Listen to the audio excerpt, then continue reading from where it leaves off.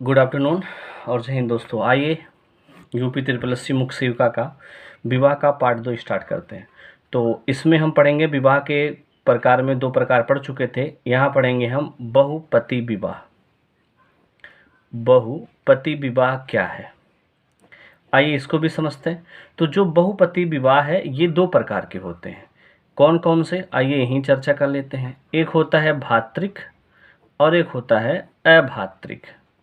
नाम से पता चल रहा है, भात्रिक का मतलब होता है कि जैसे एक पुरुष है, उसके बाद एक स्त्री इधर है, ये स्त्री है, बाल लगा है, उसके बाद इस पुरुष का विवाह अगर इस स्त्री के साथ हो गया तो इसके जितने भी भाई हैं, इसके और जितने भी भाई हैं, ये सभी का विवाह स्वतः इस स्त्री के साथ माना जाता है। इसे कहा जाता है भात्रिक विवाह। जैसे आप लोग देखे होंगे पांडव का विवाह किससे हुआ था, द्रौपदी यानी पांचाली से, ठीक है, पांचाली से हुआ था। तो इसीलिए द्रौपदी और पांचाली वाला जो विवाह है ये भात्रिक विवाह कहलाता है, ठीक है, पांडव वाला। अब भात्रिक का मतलब क्या होता है, इसमें याद रखना ये है कि इसमें क्या होता है, एक पुरुष जो है ये इस महिला के साथ शादी किया, ठीक है, इस महिला के साथ शादी किया। और एक पॉइंट और याद रखना है, इसमें भाई होना जरूरी नहीं है, भाई होना जरूरी नहीं है, ये पॉइंट याद रखिएगा। और ये महिला जो है, याद रखना इसको भी, और ये इसका भाई सगा नहीं है, कोई दूसरा भाई है, कोई दूसरा है। उसके बाद ये स्त्री जो है कुछ समय के लिए इनके पास रहेगी और कुछ समय के लिए इनके पास रहेगी। तो ऐसा विवाह क्या कहलाता है, अभात्रिक। भाई होना जरूरी नहीं है, यहाँ भाई होना जरूरी है। और बहुपति अपने आप दिख रहे हैं, यहाँ पर देखिए बहुत लोग हैं, यहाँ पर भी बहुत लोग हैं, स्त्री एक ही है, क्लियर है। और ये विवाह किस जनजात में पाई जाती है, तो संथाल में भी पाया जाता है, संथाल में भी पाई जाती है। और कहाँ पाई जाती है, उराव जनजात में भी पाई जाती है, खस जनजात में पाई जाती है, टोडा जनजात में पाई जाती है। और जो खस है ये पांडव को अपना पूर्वज मानते हैं, जो खस है ये पांडव को क्या मानते हैं, अपना पूर्वज की, जैसे पांडव लोग किए वैसा हम करेंगे, ठीक है। आगे बढ़ते हैं आगे। और सबसे बड़ी बात याद रखना है, जिसमें जो ये आपका उराव जनजाति है, उराव और टोडा जो जनजाति है पितृ संतात्मक होती है, मतलब पिता को अपना सर्वस्व मानती है, पिता के नाम से जानी जाती है। और जो एक उराव जनजाति है ये मातृ संतात्मक होती है, उराव को नायर भी कहा जाता है, ये अपना मातृ संतात्मक होती है, माँ के नाम से लोगों को, बेटे को पहचाना जाता है, ठीक है। आगे बढ़ते हैं, दूसरा विवाह चर्चा करते हैं, समूह विवाह। समूह विवाह क्या है, आइए देखते हैं, ठीक है। समूह विवाह की बात करें, इसमें क्या होगा, जी हाँ, इसमें अगर बात करें समूह विवाह में, तो समूह विवाह कुछ और विवाह नहीं है। इसमें क्या होगा, बहुत सारे पुरुष होंगे, जी यहाँ बहुत सारे पुरुष होंगे और बहुत सारी महिलाएं भी होंगी, महिला महिला महिला। इसमें क्या होता है, इसमें जो एक पुरुष है इन सभी का पति कहलाएगा, जो एक पुरुष है इन सभी का पति कहलाएगा। और ये भी पुरुष इन सभी का पति कहलाएगा, ये भी पुरुष इन सभी का पति कहलाएगा, ये भी पुरुष इन सभी का पति कहलाएगा। और एक जो स्त्री है इन सभी की पत्नी कहलाएगी, इन सभी की पत्नी कहलाएगी। मतलब एक समूह का विवाह दूसरे समूह से हो जा रहा है, पूरा का पूरा, मन बहुत सारी पत्नियां, बहुत सारे पत्नी, पति ऐसे हो जाएंगे इसमें, क्लियर है। अगर आपसे बात करें, इस पुरुषों का एक समूह महिलाओं के दूसरे समूह से क्या कर लेता है, विवाह कर लेता है। ये सब इनकी पत्नियां, ये पुरुष की ये सभी पत्नियां हों गई, इस पुरुष की वे सभी पत्नियां हों गई, इन पुरुष की सभी पत्नियां हो गई, ये याद रखिएगा, ठीक है। और समूह विवाह की बात करें, कहाँ ऐसा होता है, भारत में ऐसा नहीं है, कहाँ होगा, ऑस्ट्रेलिया में। ऑस्ट्रेलिया की कौन सी जनजात करती है, माओरी जनजाति, कौन सी, माओरी जनजात करती है, ये भी आपको याद रखना है। ऑस्ट्रेलिया की माओरी जनजात में ये विवाह बहुत ज़्यादा प्रचलित है। आइए और आगे बढ़ते हैं, विवाह की अगली पॉइंट की चर्चा करते हैं। विवाह की उत्पत्ति कैसे हुई, ये बात करते हैं। विवाह की उत्पत्ति कैसे हुई, अगर विवाह की उत्पत्ति आपसे पूछा जाए तो एक विद्वान है मार्गन, इन्होंने, मार्गन ने ही विवाह की उत्पत्ति के सिद्धांत बताए। कितने सिद्धांत बताए, 5 सिद्धांत। मार्गन ने विवाह की उत्पत्ति के 5 सिद्धांत बताए हैं। कौन कौन से सिद्धांत, कितने चरण होने चाहिए, तो पहला चरण बताए थे यौन साम्यवाद, पहला चरण है, 5 चरण बताए या 5 सिद्धांत बताए। पहला यौन साम्यवाद, क्या है यौन साम्यवाद? तो याद रखिएगा, पहले के लोग जो थे, जैसे आजकल के गाय भैंस जंगलों में चरते हैं और एक दूसरे के साथ यौन संबंध किसी के साथ ही बना लेते हैं, वही है यौन संबंध। सेक्सुअल रिलेशन के लिए केवल और केवल शादी करते थे पहले के लोग। ये यौन साम्यवाद का एग्जाम्पल है। पूछा जाएगा विवाह का पहला चरण कौन होता है? यौन साम्यवाद है। सिर्फ सेक्सुअल रिलेशन के लिए कभी भी किसी के साथ बना लिया जाए, लेकिन आज ये प्रचलन में नहीं है, बैन हो चुका है। ठीक है। दूसरा चरण क्या आता है? दूसरा चरण फिर क्या हुआ? समूह विवाह। समूह विवाह का मतलब अभी पीछे पढ़ के आए हैं, एक पुरुषों का एक समूह होगा, महिलाओं का एक समूह होगा, फिर आपस में लोग एक दूसरे से शादी करेंगे। एक पुरुष का जितनी महिला होती है सभी पत्नियां कहलाएंगी, और एक स्त्री का जितना सभी पुरुष का समूह होगा वो सभी पति कहलाएंगे। क्लियर है? आगे चलते हैं। ये दूसरे नंबर पे है, दूसरा चरण था। तीसरा चरण है जी सीडे इसमियन विवाह। सीडे इसमियन विवाह ये क्या है? तो इसमें क्या होता है, ये जो एक पुरुष है, एक पुरुष ये अगर ये जो है एक महिला से शादी करेगा। ये महिला है, बाल रखाई हुई है। एक पुरुष एक महिला से शादी करता है, और याद रखिएगा, ये जितनी भी महिलाएं इसकी बहन हैं, ये जितनी भी बहन हैं इसकी, ये स्वतः इसकी पत्नी मानी जाती हैं। ठीक है। ये है सीडिमेशनियन विवाह होता है। ये जो है, ये पुरुष जो है एक महिला शादी किया, और जितनी इसकी बहन है इस महिला की, वो सभी स्वतः इसकी क्या हो जाती हैं? क्या मानी जाएंगी? पत्नी मानी जाएंगी। मतलब साली आधी घरवाली वाला सिस्टम है। यहाँ तो पूरा घरवाली हो जा रही हैं। समझ में आया? इसे कहते हैं सीडिमेशनियन विवाह। आज भी ये नहीं चलता है। अगला आया तीसरा, चौथा चरण। जी हाँ, चौथा चरण क्या है उसको भी देख लेते हैं। चौथा चरण, एक मिनट। जी हाँ, चौथा चरण क्या होता है? बहुपत्नी विवाह। बहुपत्नी विवाह ये भी पीछे पड़ चुके हैं। मतलब कहने का, बहुत सारे एक पुरुष की क्या हो पत्नी है, जैसे राजा महाराजा लोग करते थे, और यहाँ तक कि रावण वाला भी सिस्टम देख लेंगे। एक का रावण बहुत सारी मेहरारू कर, तो ये बहुपत्नी विवाह है ये। और लास्ट में आया है एक विवाह। ये पांचवा चरण है जो सबसे अच्छा और उत्तम माना जाता है। ये भी हम पीछे पढ़ चुके हैं। ठीक है। आइए आगे बढ़ते हैं, कुछ और चर्चा करते हैं। कुछ विवाह की शब्दावली है, वो भी आपको याद रखना है। शब्दावली, विवाह की क्या शब्दावली? शब्दावली में क्या क्या हमें पढ़ना है? पहला हमें देखेंगे अनुलोम विवाह। अनुलोम विवाह। दूसरा हम लगे हाथ देख लेंगे प्रतिलोम विवाह। ये दोनों पहले हम चर्चा कर लेते हैं। क्या है अनुलोम, क्या है प्रतिलोम? आइए इनकी चर्चा डीप में करते हैं, अच्छे खासे से इनकी चर्चा करते हैं। अनुलोम विवाह को अंग्रेजी में क्या कहते हैं पूछा जाएगा? हाइपरगोनी, हाइपरगैमी, और इसे क्या कहते हैं? हाइपोगैमी। अंग्रेजी वाला भी आपको याद रखना है। अब ध्यान से सुनिए क्या है। उस समय जब, अभी भी ब्राह्मण होते थे, जब वेदों में दिया गया है ब्राह्मण, उसके बाद क्षत्रिय, उसके बाद वैश्य, उसके बाद शूद्र। कहा जाता है कि ब्राह्मण जो है एक महान पुरुष के दिमाग से उत्पन्न हुए हैं, क्षत्रिय भुजाओं से, वैश्य जो है नाभि से, और शूद्र जो है जंघा से उत्पन्न हुए हैं। ऐसा वेद में वर्णित है। कहाँ पे? ऋग्वेद में। ये जो ऋग्वेद में ऐसा वर्णित है, जो सबसे पुराना वेद है 10वें मंडल में। ठीक है। अगर हम बात करें ब्राह्मण, अगर कभी अनुलोम विवाह ऐसा विवाह है कि इस ब्राह्मण का विवाह, ब्राह्मण जो वर है, वर अपने उच्च कुल का हो, वर जो है वो उच्च कुल का हो। उच्च कुल का मतलब अभी वो समझा देते हैं। और वधू क्या है? वो निम्न कुल की हो, निम्न कुल की हो। मतलब कहने का, लड़का उच्च कैटेगरी का हो, ब्राह्मण का हो, लड़की वैश्य का हो, शूद्र का हो, क्षत्रिय का हो, चलेगा। अगर लड़का क्षत्रिय का है तो लड़की वैश्य या शूद्र की होनी चाहिए। लड़का अगर वैश्य का है तो लड़की शूद्र की होनी चाहिए। इसे कहते हैं अनुलोम विवाह। और प्रतिलोम क्या है? वर जो है ये निम्न कुल का हो, और वधू जो है ये उच्च कुल की हो। कहने का मतलब कि लड़की जो है ब्राह्मण की हो, और लड़की जो ब्राह्मण की हो, और लड़का जो है क्षत्रिय वैश्य या शूद्र का हो। और लड़की अगर वैश्य की,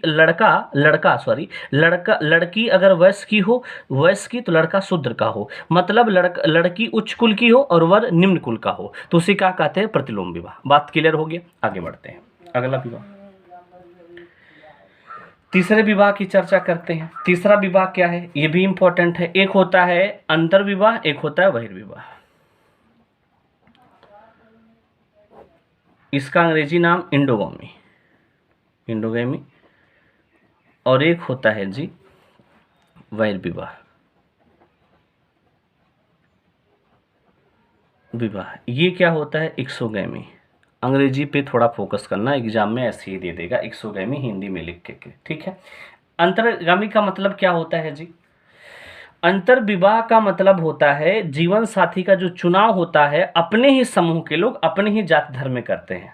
अंतर्विवाह का मतलब जीवन जो साथी का चुनाव होता है अपने ही समूह के लोग होते हैं, अपने ही समूह के लोग होते हैं, समूह के लोग हों, अपने ही समूह के लोग में अगर विवाह हो जाए, जैसे कहने का मतलब एक तरीके से जो पिंडदान कर सकते हैं, पिंडदान मरने के बाद जो पिंडदान कर सकते हैं किसी का, अगर उनसे विवाह हो जाए सिस्टम से, मतलब अपने रक्त संबंधी वाले सिस्टम से, अपने ही समूह के लोगों से विवाह होगा, अपने ही जाति धर्म से लोगों से विवाह हो जाए, उसे क्या कहते हैं, अंतर्विवाह कहते हैं। क्लियर हो गया।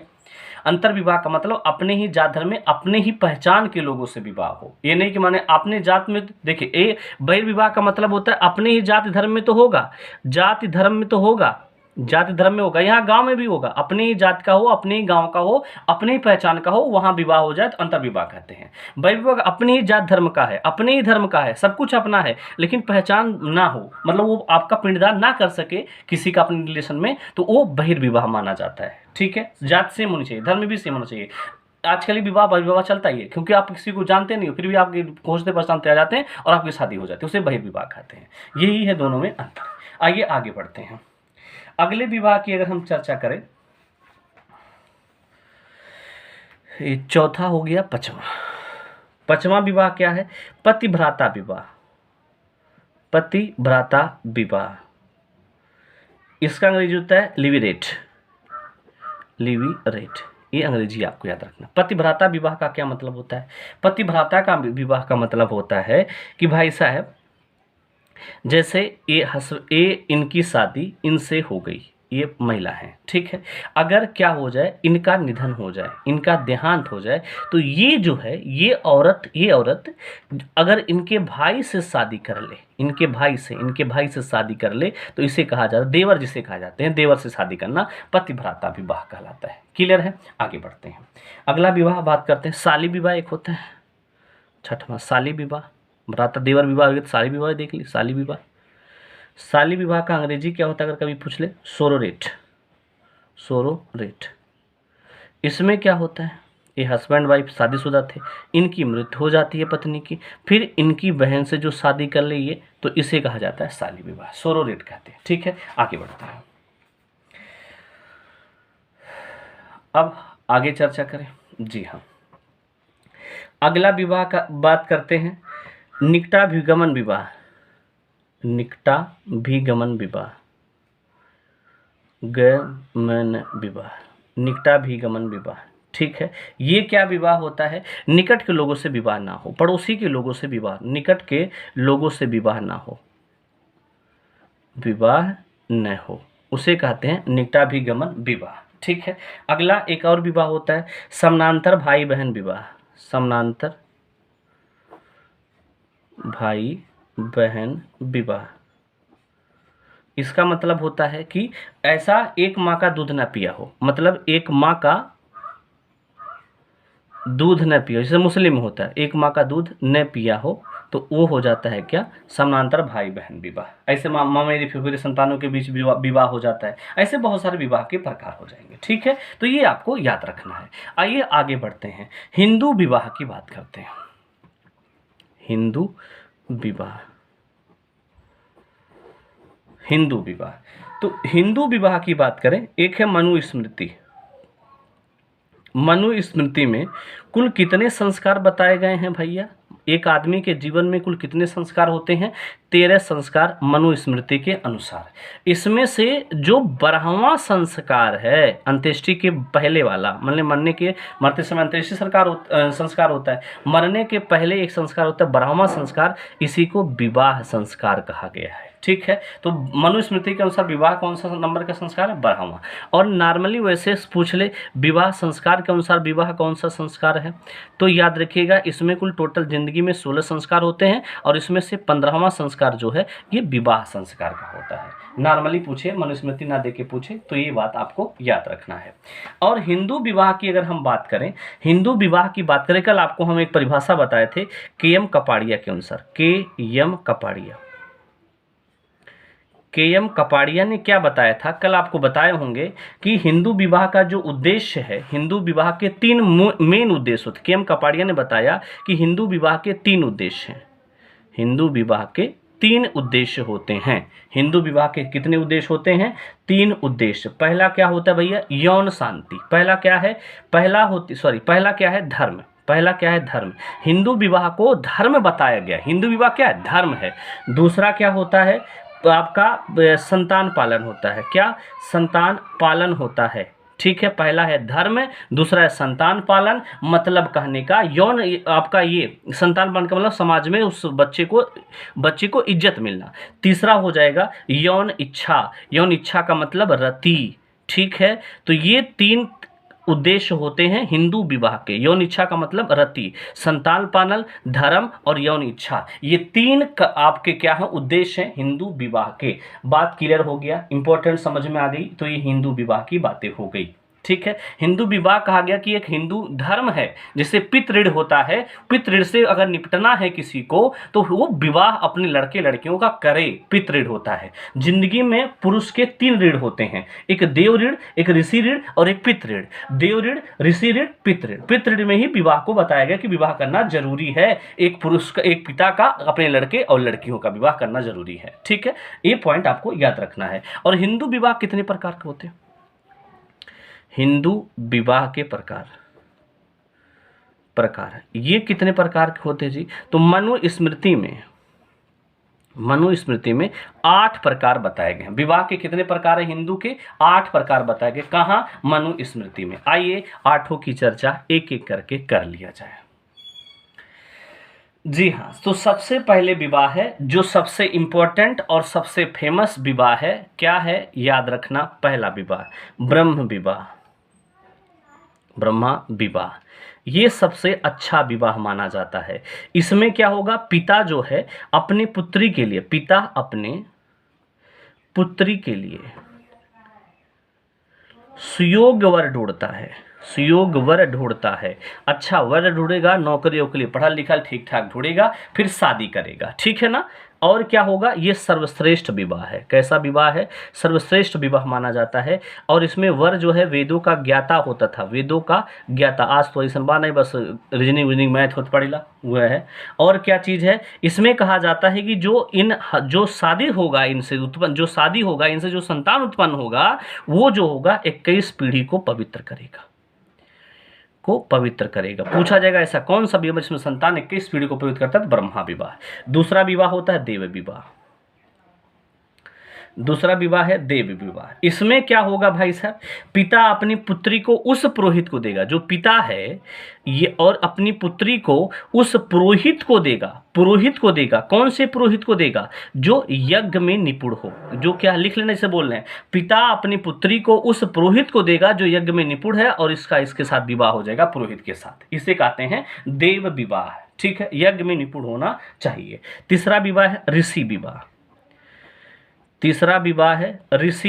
ये कौन सा विवाह है भाई? ऋषि विवाह का मतलब, मान लीजिए कोई ऋषि विवाह करना चाहता है तो वो ऋषि क्या करेगा? ऋषि लड़की के पिता को एक जोड़ी बैल और एक गाय देगा। और फिर लड़की का पिता अपनी लड़की का हाथ इस ऋषि को देगा। इसे कहते हैं ऋषि विवाह। ठीक है, बैल किसका प्रतीक है पूछा जाए तो बैल धर्म का प्रतीक है, और गाय किसका प्रतीक है? पृथ्वी का प्रतीक है। ये आपको याद रखना है। चौथा विवाह की चर्चा करें, प्रजापात्य विवाह। आपका इसमें कौन सा विवाह है आप ढूंढ लीजिएगा। प्रजापात विवाह क्या होता है? प्रजापात का विवाह का मतलब होता है कन्या का पिता वर वधु को आशीर्वाद देते हैं। मतलब होता ना का कही जाला हो कान कौन पूजन कही जाला, याद नहीं आओ तुम्हें, अरे जब बर्तन वर्तन लेके पूज जाला वह चीज है। कन्या का पिता वर वधु को आशीर्वाद देता है, कहता है जा जिंदगी भर सुकून से रहा, खुश रहा, जोड़ी हमेशा बनल रहे। और इसे ब्रह्म विवाह के समान है, आजकल ये विवाह चलता है और ये 12 पीढ़ी को, इसका जो पुत्र उत्पन्न होगा 12 पीढ़ी को पवित्र करेगा। ठीक है, याद रखना है। अगला 5वां विवाह के बाद 6वां विवाह बात करें, असुर विवाह। असुर विवाह क्या है? असुर विवाह की अगर चर्चा करें, इसमें क्या होगा, जो कन्या का पिता होगा, कन्या का पिता जो वर पक्ष होगा, वर से धन लेगा, मूल्य लेगा, कन्या के बराबर का मूल्य लेगा, कन्या का मूल्य रखा जाएगा। कन्या का पिता जो है वर पक्ष से मूल्य लेगा, कन्या की राशि लेगी, फिर जाकर के जो विवाह होगा उसी का कहते हैं असुर विवाह कहते हैं। क्लियर हो गया? अगला विवाह की बात करें, असुर विवाह के बाद अगला विवाह क्या है? अगला विवाह, जी हाँ, 6वां या 7वां जो भी होगा, 6वां होगा, देख लेते हैं, 5वां होगा गंधर्व विवाह। कौन सा? गंधर्व विवाह क्या होता है? जैसन आज के युग में भागीजा प्रेम विवाह ही गंधर्व विवाह है। जोन प्रेम करत है लड़का लड़की, सबसे ज्यादा प्रचलित है गंधर्व विवाह। आज I love you 2, I love you 3, 4 वाला जो करत है वो गंधर्व विवाह है। ठीक है, अगला है राक्षस विवाह क्या होता है भैया? इसमें छल कपट से अपहरण के द्वारा लड़की के उठा ली जा, वैसा फिर विवाह कैला तो उसे विवाह माने छल कपट कैला या अपहरण कैला, धोखाधड़ी कैला, लड़की के फिर उठा ली जा, फिर उनसे विवाह कैला, उसे कहते हैं राक्षस विवाह। अगला विवाह है पैशाच विवाह या पिशाच विवाह। ये क्या है? इसमें क्या है, लड़की की सहमति नहीं है, लड़की की बिना सहमति